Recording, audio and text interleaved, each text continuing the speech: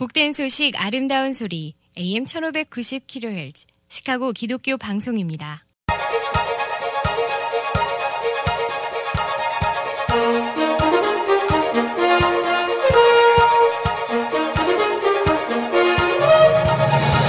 김정일 해설위원의 시사 해설. 세상을 넓게 봅니다. 삶의 지평이 넓어집니다.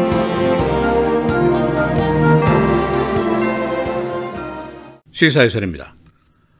법무부 감사실이 어제 리포트 하나를 공개했습니다.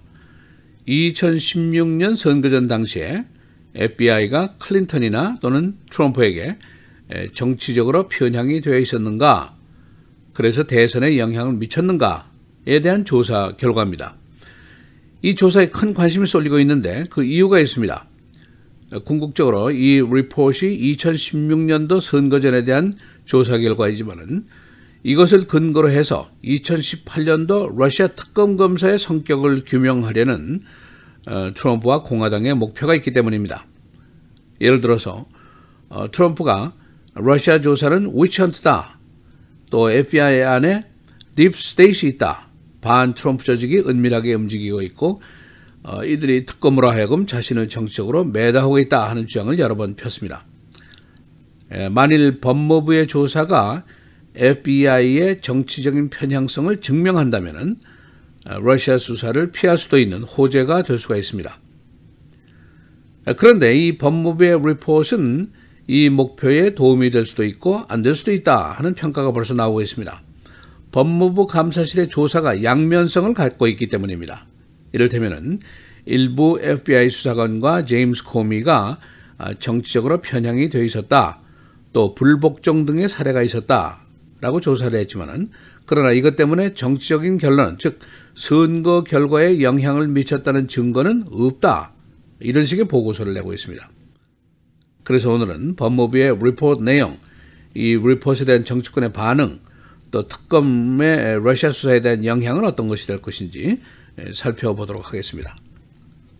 먼저 법무부 감사실의 보고서 내용을 요약하면 이렇습니다. 첫째, 2016년 선거 당시에 FBI 내부에 파괴적인 문화가 있었다, destructive culture가 있었다, 그런 얘기를 합니다. 즉 당시의 국장인 제임스 코미가 이 계통의 명령에 불순종하고 반항한 흔적이 있다, 또 고위급 수사관들 중에 개인적이지만은 트럼프에 대한 반감을 가진 사람들이 있었다, 또 그들이 이런 마음을 사적으로지만은 표현을 한 사실이 있고, 또 에이전트들이 법무부 검사들을 불신했다, 이런 조사 결과가 나와 있습니다.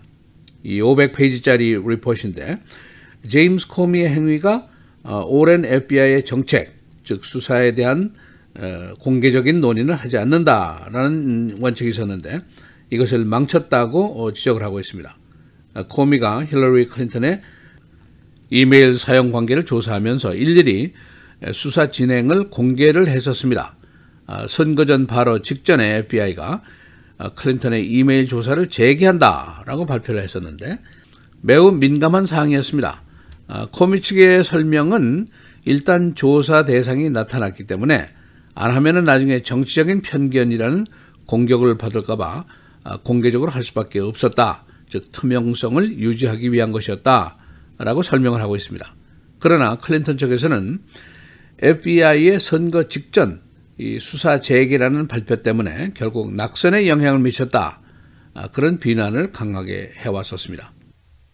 그러나 감사실장인 마이클 호로비츠의 결론은 여기서 끝이 나지 않고, 즉 FBI 내부에 파괴적인 문화가 있었지만은 이것이 결론에 영향을 미쳤다는 증거는 없다, 그런 설명을 하고 있습니다.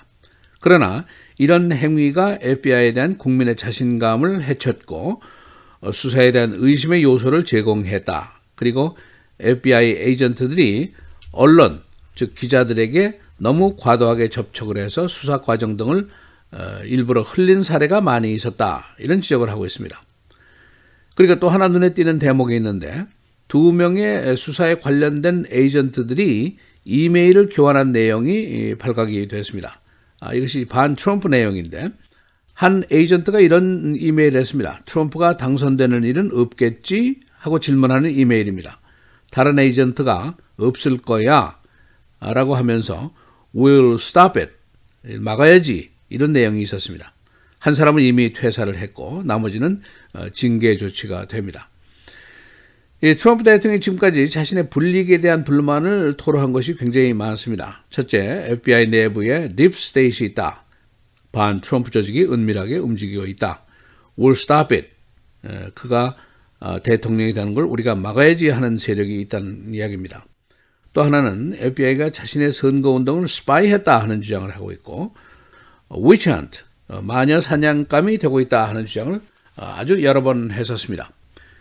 이 보고서가 FBI의 신용을 해칠 만한 편견과 오판과 오도 그리고 사적이지만은 We'll stop it이 있었다고 밝혀냈습니다만은 그러나 동시에 이 보고서는 정치적인 편견이 클린턴을 불기소 처벌하는데 요인은 아니었다. 그런 증거는 없다라는 결론을 내렸습니다. 지금 공화당 일부에서는 이 보고서와 관련해서 대중을 상대로 해서 공격할 만한 공격거리를 만들고 있습니다. 그러나 트럼프 쪽에서는 의외로 조용합니다.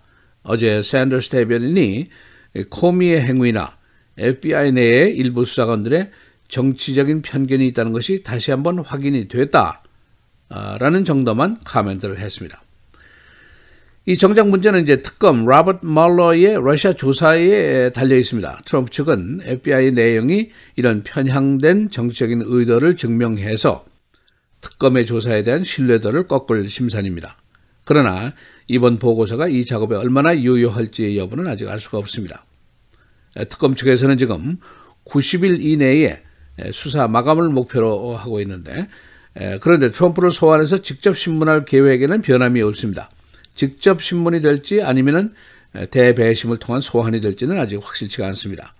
지금 특검이 노리는 것은 러시아와의 선거 관련 야합의 문제보다는 코미를 파면하고 트럼프가 러시아 수사 중단을 위해서 압력을 행사한 여러 가지 이 사실들이 있는데 이것이 즉 obstruction of justice, 사법 방해죄로 저촉이 될 것인지 여부를 노리고 있는 것으로 여러 사람들이 보고 있습니다. 기본적으로 특검은 중간 선거 이전에 11월 이전에 마무리를 원하고 있습니다만은 트럼프 쪽이 신문에 저항할 경우에는 이 기일이 연기될 수도 있다는 전망이 나왔습니다. 이 특검의 조사에 대한 국민들의 생각이 어떤 것일까? 퀸인피악 유니버시티의 조사에 따르면은 50%가 특검의 조사는 공정하다라는 반응을 보이고 있습니다. 35%는 그렇지 않다. 그런데 이제 과반수가 조사에 찬성하고 공정하다는 의견을 가지고 있습니다만 이 의견이 감소 단계에 있습니다. 지난 11월에 조사했을 때는 60%가 조사에 찬성한다 하는 의견을 보였습니다만 지금 10%가 줄어들었습니다. 이 조사에 대한 트럼프 측의 전략, 한마디로 공격입니다. 그의 변호사인 줄리아니가 언론에게 한 말은 all offense라고 선언을 했습니다. 트럼프의 명운을 건 정치 바람은 이렇게 현재 진행이 되고 있습니다. 시사해설 김정일입니다.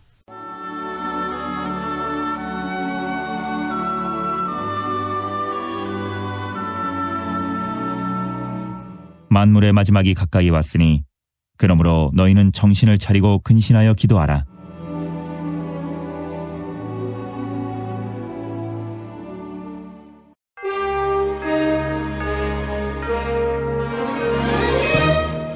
(6월 15일) 금요일 헤드라인 뉴스입니다. 정부가 500억 달러 규모의 중국산 제품에 고율의 관세 부과를 강행하기로 하면서 중국 정부는 즉각 보복 조치를 할 것이라고 강력 반발하고 나섰습니다. 중국 외교부 대변인은 정례 브리핑에서 어제 방중한 마이크 폼페이오 국무장관 방중 기간 중국은 미중 무역 사안을 포함해 양국 관계에 대해 의견을 교환했고 이미 관련 입장을 매우 분명하게 밝혔다면서 이같이 말했습니다. 트럼프 대통령은 어제 중국산 제품에 고율의 관세를 부과하는 방안을 승인했으며 오늘 무역 대표부가 구체적인 목록을 정식으로 발표할 예정입니다. 아프가니스탄의 동부 접경 지역에서 미군의 드론 공격으로 아프가니스탄 탈레반 조직의 뮬라 파줄라가 사망했다고 오늘 아프간 국방부 고위 관계자가 밝혔습니다. 아프간 국방부 대변인은 파줄라가 어제 아침 실시된 미군의 드론 공격으로 조직원 2명과 함께 살해됐다고 밝혔습니다. 파즐라는 탈레반 조직을 주도해 4년 전 파키스탄 학교 테러로 132명을 살해하는 등 파키스탄 정부군의 수배 1호 테러리스트입니다. 법무부가 어제 FBI의 힐러리 클린턴 전 국무장관의 이메일 관련 조사 처리를 신랄하게 비난하면서도 정치적 편향성은 없었다는 결론을 내린 보고서를 펴냈습니다. 법무부 감찰관실에서 작성한 보고서는 제임스 코미 전 FBI 국장이 반항적이고 터무니없이 행동했다고 말했습니다. 그러나 코미 전 국장이 정치적으로 편향되거나 자신의 결정만을 앞세워 그렇게 행동했다는 증거는 발견하지 못했다고 보고서는 덧붙였습니다. 국내 불법 체류 청년인 드리머 180만여 명에게 적어도 6년 뒤 영주권을 신청할 수 있도록 하는 내용의 이민개혁 법안을 하원 공화당이 어제 마련했습니다. 공화당은 이민자 가족의 이산을 막기 위해 트럼프 행정부의 무관용 이민 단속 정책에 제동을 거는 이러한 내용의 타협안을 만들었습니다. 타협안은 불법 체류 청년 추방유예 프로그램인 다카를 신청한 70만 명과 잠재적 자격자 등 180만여 명에게 먼저 임시 비자를 내준 뒤 적어도 6년 뒤 영주권을 신청할 수 있도록 하는 내용을 담았습니다. 폴 라이언 하원 의장은 앞서 이 타협안을 다음 주 표결에 붙이겠다고 밝혔으나 통과 여부는 불투명하다고 언론은 전했습니다. 영국과 아일랜드 내 맥도날드 매장에서 오는 9월부터 플라스틱 빨대가 퇴출되고 종이 빨대가 그 자리를 대체하게 됩니다. 영국 아일랜드 맥도날드의 최고 경영자인 폴 폼로이는 정부의 야심찬 계획과 고객들의 의견을 종합해 플라스틱 빨대 사용 금지를 더 빨리 도입하게 됐으며 우리 역할을 다할 수 있어서 자랑스럽게 생각한다고 밝혔습니다. 플라스틱 빨대는 완전히 분해되는데 수백 년의 시간이 걸리며 바다에 버려진 플라스틱 쓰레기는 점점 심각한 환경 문제를 일으키고 있습니다. 현재 영국 맥도날드에서는 하루 180만 개의 플라스틱 빨대를 사용하고 있습니다. 에디 존슨 시카고 경찰국장은 최근에 경찰 내부에서 Code of Silence, 침묵의 법칙이라는 용어를 들어본 적이 없다고 말했습니다. 그는 경찰관의 민간인 살해 사건의 변호사 조사에서 이와 같이 밝혔습니다. 그의 발언은 라마 매뉴얼 시카고 시장의 발언과 대치되는 주장인데 시장은 럭킨 맥도널드 사건 당시 경찰 내부에 경찰끼리 상호 보호를 위한 침묵의 법칙이 있다고 말했었습니다.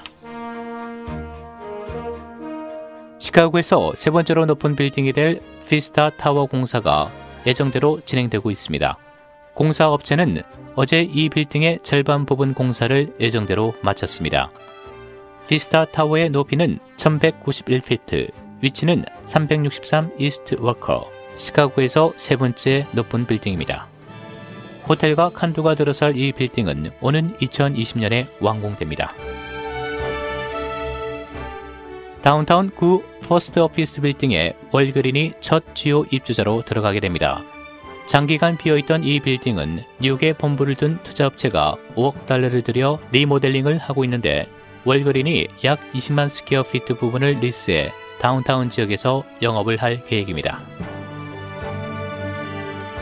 날씨입니다.